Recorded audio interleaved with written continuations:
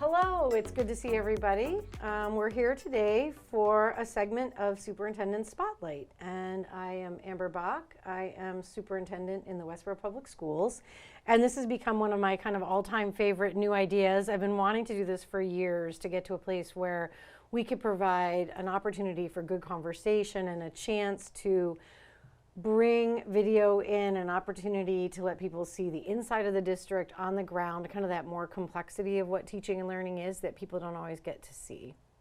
And you get some of that when you might visit on a back to school night, but never the depth. And so I think this show was really trying to provide the inside look at curriculum, and we hope that over time people will send us questions, ideas, and we're happy to follow up after you watch the show. If you have a question, you can email us. So today we're talking about all things literacy, which is one of my favorite topics. I can go on and on about it.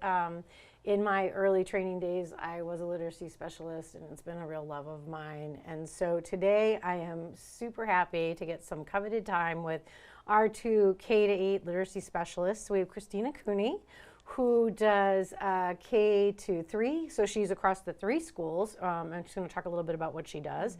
And then Stephanie Nephew, who focuses over at Mill Pond on 4 to 6, and then the arc of that work going 6 to 8 for vertical planning, curriculum analysis, and we actually just added that, which I think we'll hear a little bit about when we talk about that K-12 review, which is really cool.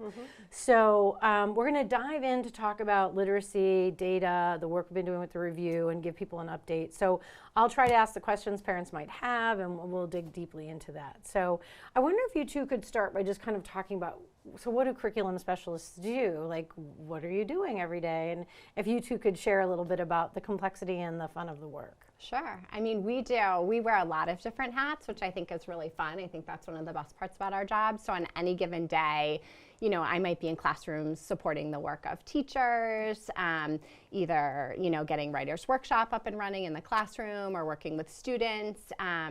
I might be training some new teachers to the district just around our curriculum and you know, what a robust literacy block looks like. I'm analyzing data. We do a variety of literacy assessments at the beginning of the year, and we run data meetings with teachers. So I feel like we wear a lot of different hats. You do. Yours is similar, kind of parallel. Any things you want to add? Yeah, I think, you know, one of the things that we also look at is just sort of the tiered approach to instruction. So really sort of overseeing the tier 2 interventions. You know, being data driven around that and being strategic around what those supports look like, and really supporting the reading specialists as we sort of dig into meeting the needs of all of our students. Right, so there's lots of things there when we think about this, like letting people kind of behind the green curtain to see what goes on in schools in that depth place. You coordinate, but there are building level reading specialists as well. So we have classroom teachers are kind of like one layer, that the robust kind of skilled teacher in the classroom working with students. But then we also have some literacy specialists that do work in buildings with students who, you just said the word tier 2, and we'll talk a little bit about what tiered support would look like. Is that, and we'll swing back to that, but like, is the tier 2 then, you're going to talk about those literacy specialists who might be working with students, and then the collaboration around data and data talk. So there's lots of good things to unpack there. Can you talk a little bit about the literacy specialists at the building level, just for people that might not know? Sure. So in each of our K-3 buildings, we have a couple of different literacy specialists. They do, in grades 1 through 3, they work directly with children in small groups who qualify for some additional reading support. In kindergarten, I'm really excited. Last year, we started a co-teaching model specifically around our new phonics program, and that has been a really great success, I think, in each of our K-3 buildings. So a reading specialist will go into a kindergarten class and co-teach our phonics curriculum for a 30-minute block in each of the classrooms in kindergarten, and that's been a really great model, I think, in our K-3 buildings. And so the literacy specialists work similarly. They might have students referred to them. They would work. Can you talk a little bit about that? Yeah, very similarly. We use you know, our assessment data to determine sort of needs. We do a lot of work sort of with that transition from 3 to 4. So we can talk a little bit about that. But you know, the reading specialists do they do direct service with students. They also are our literacy leaders in Mill Pond. You know, the teachers really utilize them for support. And so, you know, we do a lot of problem solving and sort of Right, thinking they might through. say, hey, can you come in and watch this group that's working together and how they're kind of tackling text and how they're managing character analysis or something like that. They can just pull on that support to get that kind of secondary set of eyes. Absolutely. And so they do provide a lot of the tier 2 intervention, but we also have tier 2 intervention that the teachers are doing in their classrooms. So helping to support that work and facilitate ensuring that we have the right tools for that work as well. Yeah, I think that's something I really like about Westborough's model is that the goal is to have layers and layers and layers of support that can tackle different components of literacy strength and trajectory of development and how a reader develops, and then also supports that come in for different skill needs, and it's very organic. So it's kind of this neat balance of like loose tight, as we call it in kind of our industry. It's like it's loose in that it can be responsive and those people can work organically, but it's also delineated through good data cycle meetings, and you mentioned those, and we should kind of talk about those as well.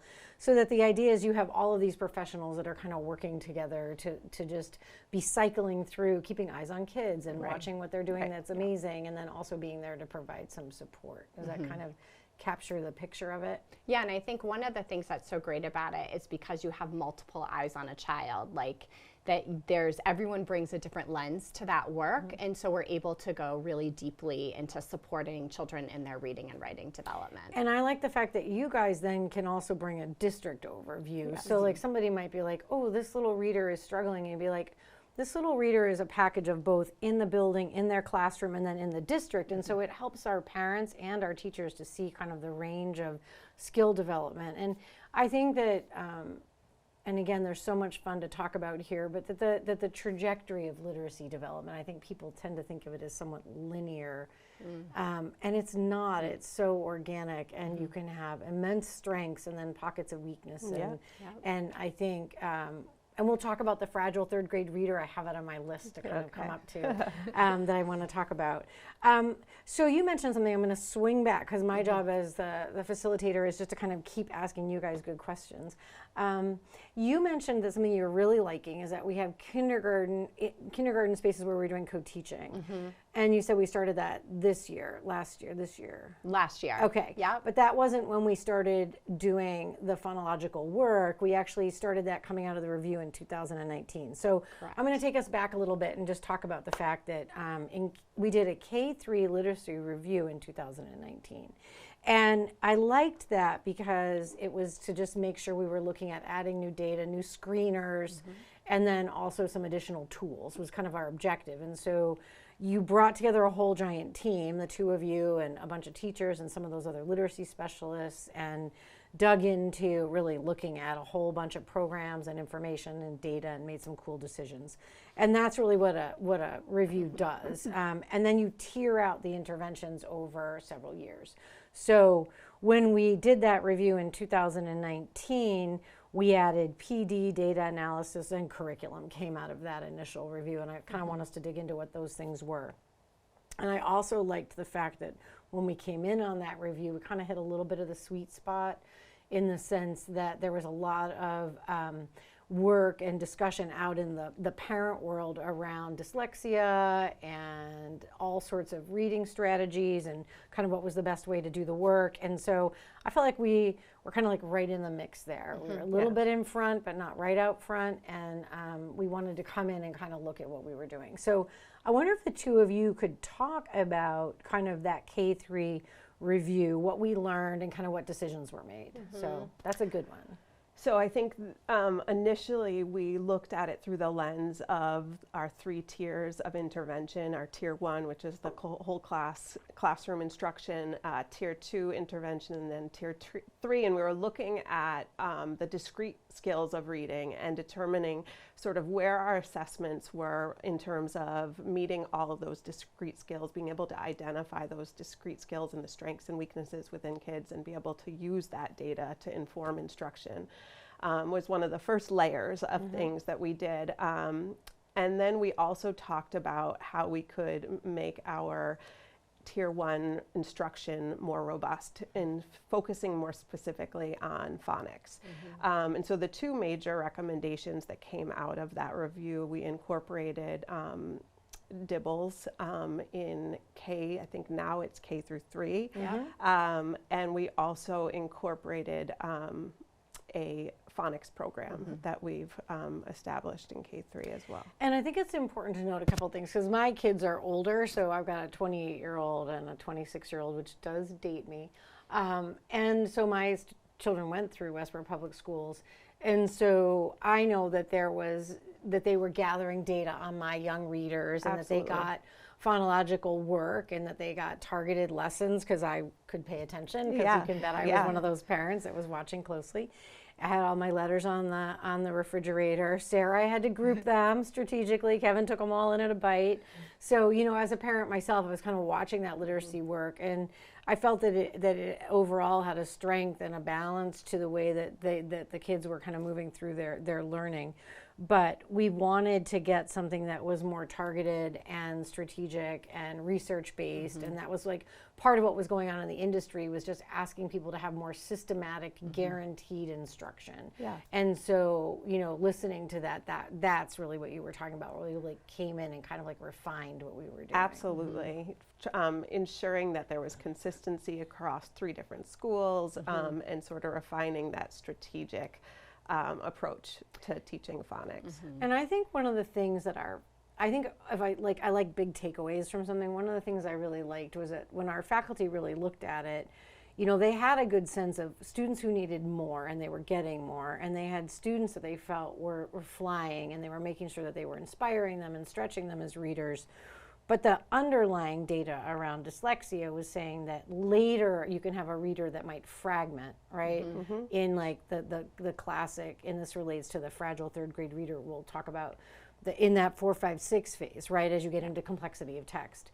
And I think what I liked was that what we learned and what we added, if I were to pick an add, and you guys can give me if I'm right or wrong on this, but my sense in looking at it was that we wanted to make sure that those early strong readers were sometimes ones that could fragment later almost. And so giving them the same phonological base, whether they look like they could scoot through it or not, gave them a base that they could then draw upon. I wonder if you could, you're much better about talking about it than I am. So why don't the two of you smart that up for me and tell me a little bit about it? I mean, I think one of the great things about our phonics program is it has a research-based scope and sequence that we're all using at the K3 level. And what that allows for us to do is, like, we've had a lot of PD around this work over the past 3 years, and it has allowed us to build some shared language and understandings about where kids might be on a scope and sequence. And it also allows us in our Tier 2 interventions to really target what kids need based on the reader in front of us.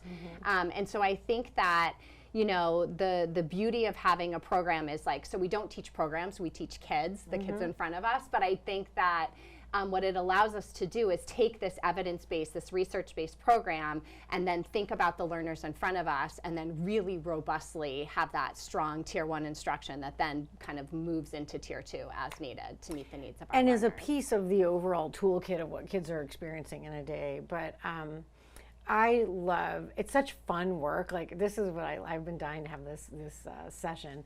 I love that analytical assessment piece where you're watching how the mind of a child works, and that's the profession of teaching, which I think we don't really get oftentimes enough time to really talk about, which is that is the craft of a skilled teacher at the classroom level. Absolutely. Who really is looking at how a reader's interacting with text, problem solving what they're doing, and then feeding them the piece they need to practice that skill or to develop, you know, the strength. And I always found that the magic of the work that I really enjoyed, that at night I was, okay, what's the match, right? Like, what do I need to find? What do I need to put together in order to guide a small group or the whole class or, you know, an individual?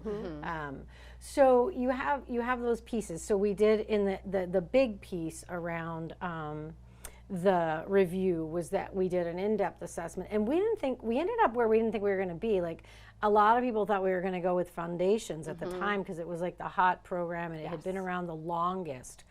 And then we also looked at two others, I think, when we decided, but we didn't end up going with foundations. I wonder if you guys could talk a little bit about that process, and I just think it's really interesting to think about. We thought we were going to end up in one place and we ended up in another, and do you have any kind of pieces to add to that?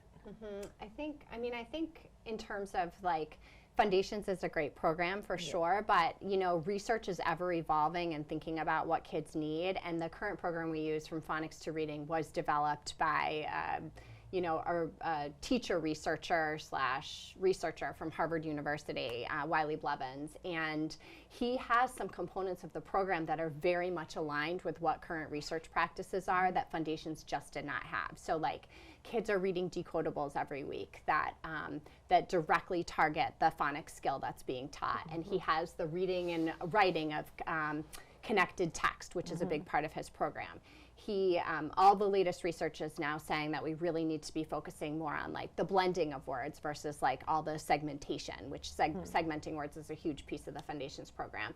And so in our current program, we have these blended lines that kids are going back to, you know, every day throughout the week, and then you can put the blended lines into kids' book bins, and so they have additional opportunities for practice. So when we looked at the two programs, and we looked at what the current research base was, we really felt like the program that we went with was going to better meet the needs of our students. And I think Foundations would probably do an update at some point, but we were in our purchasing, we ended up feeling good about it. They're all good programs is the point. And like, I like something beautiful. You said we teach kids, not programs. And so that doesn't mean we won't pull some lessons from Foundations because people had favorites. And so something I like is that skilled professionals that are knowledgeable about looking at content, looking at their people, their little people that are working on things and thinking about what they need, they're pulling that material. They're asking you, I'm going to do this, what do you think? And that's that cycle of consultation, which I think is the vibrancy of the field, which I think can be completely invisible when you walk in and you just see a teacher doing what they're doing. And that's the fun of this show, is a chance to kind of like show you guys the analytical processing and the decision making that kind of sits behind the hours while kids are there. This is what teachers do at night, very late, texting each other and sharing content. Let's turn a little bit. So I don't want us to be so analytical that people are like, what are they talking about? Because like, we are literacy people and we can be in that craft. I want to make sure we keep it down to a place where people are walking away with a kind of a picture. You talked about data, and data is really cool. I love data. I like data when it matches to an individual student that I find intriguing and I want information. And I wonder if you could talk a little bit about data cycles and how we use them and prep and what it gives us. So we do a variety of literacy assessments a couple of times a year, just to kind of track progress, to benchmark students, to inform instruction. There's lots of different reasons to do literacy assessments. At the start of the year, we do a developmental reading assessment where a student's reading a book, a teacher's listening to them and answering some comprehension questions. We also do the DIBELS, which is a quick screener, which allows us to see how likely it is that a child may or may not struggle with learning how to read, and we do that K through 3. And then we have a variety of some writing assessments and some spelling assessments so that we're targeting every area of literacy. We also have a phonemic awareness assessment and a phonics assessment at the K1, 2, 3 level. And then assessment continues up through 6th grade and beyond, but I mean, typically kids do get to a place where the need for as much finite phonological assessment falls off, and you're looking more at other. So can you give us the arc of just kind of like the other types of assessment? And you use those plus others, and I wonder if you could talk about that. So I think that one of the nice things about the work that we do together is sort of really strategically passing the baton. And so, you know, in the spring, the reading specialists from Mill Pond and I meet with the K3 team, and we really go through sort of students that may need some of those more discrete skill assessments that are still working on some of that work. We definitely have a really good understanding of sort of who they are. And so we continue that assessment work and that strategic instruction. But we continue to do a reading assessment that articulates sort of students' area around accuracy, fluency, comprehension. We still do a spelling inventory and writing samples all the way through 6th grade. So I'm just going to keep, you're making me exercise my skill set, which is rusty. I wonder if you could talk a little bit about fluency, because like what that is, because I think reading rate and pace Can you just unpack it a little bit? Like, what does that look like? Like what does that look like? What does that word mean? Like when you're saying we look at a child's fluency, we look at their rate of speed and all that kind of. So when we do a running record, we actually we do time students and sort of see their rate. We also pay close attention to their how they're chunking text. Are they looking at punctuation? Are they using punctuation to help support the fluency of the text? Are they using expression when they articulate text? Because when they do, it helps with comprehension. So we're looking at all these things when we have an opportunity to sit down and read and listen to a child and sort of assess where they might need some support. And there's actually strategies you use to increase fluency and pacing and different things. So what we learn helps us guide instruction. I guess Absolutely. That's the part that we want parents to understand as we look at this. So if you see a child who's feeling moderately disfluent, which is they're reading very slowly, they might not be chunking text in the phraseology that makes sense against the comprehension, like you're kind of looking at, you're like, what's going on? Like, how do I help with that? And so, you're trying to then come in with an intervention, and there are a variety of strategies we use in the classroom to kind of help students then learn that skill. Right. We don't have to go through all of them now or anything. I don't want to get down into the weeds, but I do think, let's talk about the at-home piece, because I think if you have a disfluent reader who is then getting into more complex text up in those older grades, and they should be reading the books they want to read and coming across kind of complex text, what are some of the strategies parents can use to kind of like enjoy letting their child be in that complex text, also letting them practice their fluency? Any tips you want to pitch out here? I didn't preview this with you. This is like a quiz. This is why you guys are experts, but you can, I don't know, you can bail on a question if you want to, and they'll cut it out later, or but do you have any things you want to like let parents know that are like the best habits, so they don't, well-intentioned parents can also add to the problem of a child's stress and stuff. So what are those tips? I think like at the younger ages, well, first of all, it's just like, I think the more relaxed parents can be about reading, the more relaxed their own children will often be about reading. And in terms of like specifically building fluency, I think that it's like, there's always a balance in terms of like, short poems and, reading, short texts can be really helpful for kids. Like you read a page, I read a page. Echo reading, where like a parent reads a page and then says, try to read it like I read it. So kids can just practice that phrasing and that pacing. But I also think that like there's definitely something to really be said for parents continuing to read to kids. I mean, that is access to complex text right there. When you're reading books that maybe your child might not be able to read yet at home by themselves, but then you're thinking about that book and you're talking about that book, and that's such a special, like that's a very special moment for parents and kids, when you can put that in your schedule. And that's not a small intervention. It's really a gigantic intervention, both statistically and in truth, in the sense that I think I was mentioning on the other show, I feel like my mother single-handedly kept me as a fluent reader by always having a read aloud at night, highly complex, a complex story, a high interest story, and we would read and talk about it. And there's times when I might be able to sit and watch her, and she would pace me along the text so I could watch how fast she was moving through it just with her finger, and I would get that rhythm of the text and how she was reading it. And it was always a family book that we did together. Right. And then, I think that kept my interest high, my enjoyment, and also some of my active practice. And those are all invisible when you're a kid, but as an adult, I look back and I'm like, way to go, Mom. Like, And I think I can still recount all the books we read, that were part of our family experience. And so, and then nowadays, the part that we layer in that I didn't have as a reader is that I then would have had some just right text that I could have read at home for practice, so that I could have done some of my just right reading for me, which is stuff I could access and manage to be hard enough that I could unpack that text myself. That's the part that was missing when we were, if you were a reader who wasn't moving at the right pace. And I think when you look at that now, you go back and you can see that analytical piece, which I think is a really important thing for parents to realize. Like, we'll give you the tools, but at school is where we'll do that hard practice. And it's a partnership, and it's one where you can expect that even immensely strong readers, and I'm a highly competent reader, I will say right now, but that along the way, those gaps can be managed as they're figuring out the skill they need to work on. And that's the partnership. And so parents should call and ask and check in and ask their questions and let us engage with them around all of that.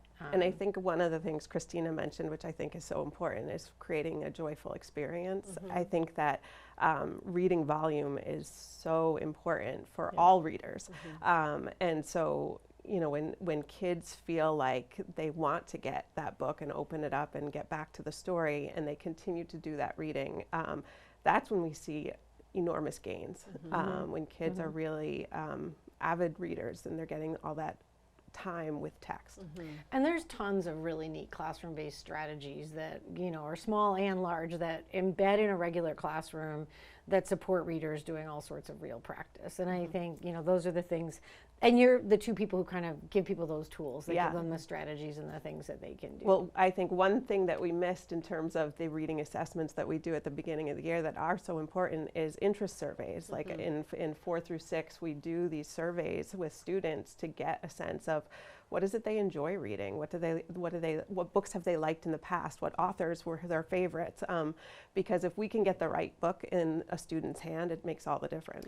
It is amazing, actually, the amount of skill it takes to learn. That was one of my favorite parts of classroom literacy, was the magic of book matching. And then when kids get hooked on it and they start matching for each other, like that vibe in a class is just, it's just the best feeling in the world. Nothing like it's better. just such a great feeling. And I can still remember that love of like watching it and being like, look at us, like this is so cool. But it's work, and it takes a skill to be able to learn to watch what they read, where they were hooked, what they're talking about, and then know enough books yourself to like pull and match. And I think our teachers are very, very skilled at that. I think that's a mill pond skill set that's a strength, really, when I think about the quality of the thousands of books that are out there, and actually the amount of content of our teachers who can be like, oh yeah, the next one's coming out, I haven't read that yet. And it's fascinating, but it is a big part of our industry, is that you have to stay embedded in that. Like I don't have it now because my kids are out and I'm not reading those books. But I used to be able to go in and just be like, try this, read that, because I was adept at it, and I am not anymore, which is a bummer. I want to swing back to data, and then I want to talk about fragile third grade readers. So we've covered a lot, actually. So we're about 25 minutes in, so not too bad, ladies. You're doing a good job. So tell me about data on the ground, because I think sometimes data, can be misunderstood, or like what's its purpose. Talk about the data cycles and give people a picture of how we work. So I think there's like different kinds of data, right? Like, so we have this variety of early literacy assessments that we do at the beginning of the year. And then the literacy team meets and we kind of go through the data at the school level, talking about kids that we think might benefit from Tier 2. Then we have larger data meetings at the school level with teachers. So teachers have time to dig into their data, to ask questions. We do like a notice and wonder protocol. So teachers are able to think about like, what are they seeing in their classroom data? What are they wondering about it? And then we always plan for next steps. Like, what are the implications for instruction? This year we're doing a cool thing where teachers are sort of naming their beliefs and then setting how that will play out in their practice. And we're going to be returning to that across the year. So I feel like that's really neat. And so from there, we determine like who's going to benefit from Tier 2 intervention. This is where our reading specialists come into play too, and they're part of the data meetings and the data cycles. And then we start to provide some Tier 2 interventions for students based on, that are very targeted based on student needs. But really, it's like, I always say like it takes a village to raise a reader. And so I feel like these data meetings are like our village gatherings where we're really, thinking and talking deeply about kids and what they need, and then making a really clear plan for them to get them there. I think it's important for parents not to feel panicked. Like, we're really comfortable with data and we talk about it, but like you can watch people's blood pressure go up. I mean, of my 2 readers, I have 2 incredibly active readers as grown adults across all sorts of complex text and enjoyment reading as well. But one of them was definitely a fragile reader and did Tier 2 support, went to the reading specialist over at Armstrong and got additional help. And you know, even then I had those feelings of anxiety. Even I owned the skill base and I knew it up close and I was looking at it at home, and you know, and so I think it's important to understand that this is where I said people think that literacy development is like this clean linear one or the other, and it's more organic than that. And so, you know, it's human nature for a parent to then kind of panic and get a little tight, and it's important that your child feel like this is a natural process. And if you get a call and you're like, we want to invite you in, we want to talk about data, we want to look at it, we're really encouraging teachers to use more data at their conferences and information to share that data with students and parents. And we're actually going to be sharing that more actively now. Correct. And so it's important to realize that data is just a piece of information that guides us, and then gives you a benchmark to see progress, right? Yeah, this fall we've done a variety of literacy assessments, and this fall at the parent-teacher conferences, we will be sharing with parents, you know, how their child did on our early literacy screener, the DIBELS. And it's a snapshot in time, and it needs to be taken, you know, alongside all of the other data points. But I think it's a really great tool just to think about. It's one of the tools that we use to think about next steps for that particular child. And I think that can be a really collaborative conversation between parents and teachers. It's kind of funny to actually think back to like my own reading development and one of my two kids' reading development, and to look at how magnificent they are now. Well, I just think they're magnificent. But like, just like their love of reading and their expanse of skill set. And so, you know, the brain development works, the engagement works, and it's about keeping that love. It's about keeping the energy, the love, and the sense of normalcy in that trajectory. And that if you have questions about those underlying pieces, those are good adult conversations 100%. To have. And the kind of the thing, you're not trying to share your anxiety and have it leak over to your child. And that anxiety is normal. I mean, I had that anxiety as I watched one of my readers develop. And so I just think it's an important part for us to talk about. And that brings me to the fragile third grade reader, because I think there's often this fear that that we have K-3 and we're in a building for 4 years, you feel well known, you're up close on the work, like it's a gentle kind of comfortable space, and then there's this anxiety or fear about this, you know, leap to the complexity of fourth grade reading and what it is. Like, so just can you talk a little bit about reassuring people? How do we reassure people that like we're watching and that's normal? I don't know what to say other than to give us a chance to let people know like we're certainly aware that that's a part of what people worry about. Yeah, and I think, you know, I think the most important part is that the fourth grade teachers are well aware of sort of where children are developmentally. And so ensuring that we are sort of providing the environment and the culture and the instruction that they need is super important. And as we shared, it is organic, so it's different for different kids. And so sort of being really responsive to individual needs is really important. And so I think even just the work we did last year centered around universal design for instruction, really thinking about what that looks like in a literacy classroom and sort of meeting kids where they're at and making sure there aren't barriers to learning, I think has been a huge piece that has moved our instruction even further. And the fourth grade reader, developmentally, just like you have kids that grow at different heights and all sorts of developmental windows that work at different levels and different speed, you might have a reader whose trajectory of what they might have finished in third grade will continue through the arc of fourth grade. And we're watching that and paying attention to it, but the fourth grader is still a really young little person. Absolutely. You know, and I think, you know, if you reframed that as, like when I was in Wellesley and we worked together years ago in Wellesley, we had a K-5 window. Yes. And so I had children K through grade 5, and so there was a more protected window there. Like that transition was a little softer because I guess it was in the same building. Yeah. So we're trying to create that same softness. So I think it's important for people to see the two of you and realize that, you know, you are talking to each other, that we aren't going to drop a ball, that you know, we're going to watch the trajectory through the data and the progress, and that, it's good for parents to keep asking, and that we welcome those conversations. Absolutely. I think too, like, we work very, very closely together all the time. I mean, we meet regularly, we're shared, on each other's spreadsheets so we can see, data across buildings. As kids transition to Mill Pond, we have meetings in every building where we talk through some specific, kid cases or different needs, or what historically has happened in Tier 2 instruction. And so there's a lot of collaboration, I would say, through that transition for students. And I think vertical articulation is so important, and something that we constantly have to sort of keep an eye on, and especially during those times where we're sort of passing the baton from one building to the next. So I think like making sure that there's structures and routines in place to ensure that happens is really, really important.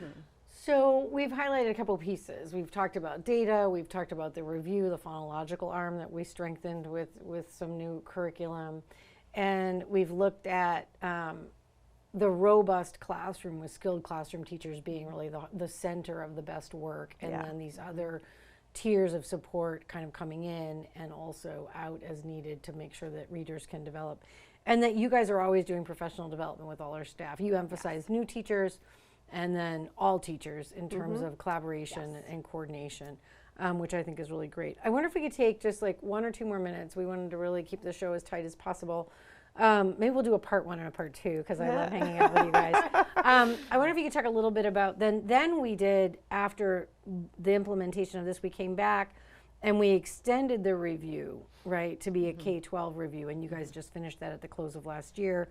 Daniel Mayer, the assistant superintendent, gave the report at school committee. What were our target goals there, and kind of just a few highlights? Can you give us some? Well, that was, it was really great to be able to have a pre-K through 12th grade review. Again, thinking about that vertical articulation of our instruction, and sort of looking at what a child's experience is when they start in the Westborough Public Schools and then all the way through. I think that some of the big takeaways, K-6, we really wanted to sort of look closely at the assessment protocols that we had put in place, partly from the first review, and really sort of, looking at what we did, how is it going, do we need to do some refinement? So that was one aspect of the work. And then the other part of the work is really looking at making some refinements around our writing instruction, which is going to be really, really fun and exciting work. Yeah. And you got to see our 9 through 12 teachers, the high school team, which is kind of fun. And I think I think something I really love about Westborough is it's a place where teachers stay over time. There's a healthy collaboration. There's a real celebration of just kind of the sense of community that we are as professionals. And I think it can be invisible. It can feel like it's in pockets, like by school, but actually we are a district. And I think you guys create those bridges, and I think that's why it's neat to sit with you and talk through, what is this work behind the scenes. So any other highlights? We've covered a lot. We wanted to give parents and community a chance to see like how the skills of the team and the tools that we use are happening on the ground with literacy, and we hope that we've been able to share with you some of that. Any last shout outs, things you want to give, anything you want to add? You good? Yeah, I think I would just say that I'm continually energized by the literacy work that's happening in our classrooms in the Westborough Public Schools, and that I would hope that if parents have questions or want to find out more, that they, utilize me as a resource and know that I'm available, and really look forward to those kinds of partnerships with families. Yeah, you can say ditto. That is exactly what I was going to say. In our classrooms, we do this. So thank you. I think, we hope that this has given you a little snapshot on the work that we do and how the terms we use around program review and professional development and data cycles and leveled text and tiered intervention. Like, we were using a lot of terminology, and what we want you to feel is that that's both organic and there's lots of moving parts, and that everything we do is centered around the individual student, and that we're always looking at then pulling those tools and working with them to support. What I just continue to find, like, we just have the best kids, and we just have such incredible families, and we thank you for that and the Westborough community. We'll always take questions if you want to email us or follow up. They really mean it when they say you can reach out to them. This is our work. This is what we do. You can email me and I can get it to them. But we thank you, and we hope that if you have ideas for other things you want to hear about on the show, you just shoot me an email, or you can actually email Karen Henderson at Westborough TV, and she'll get us in here to do another show. So, all right, that wasn't too painful. I tried to like lure you in here. Are you good? We're good. All right, thank you everybody, and we'll see you soon for the next show.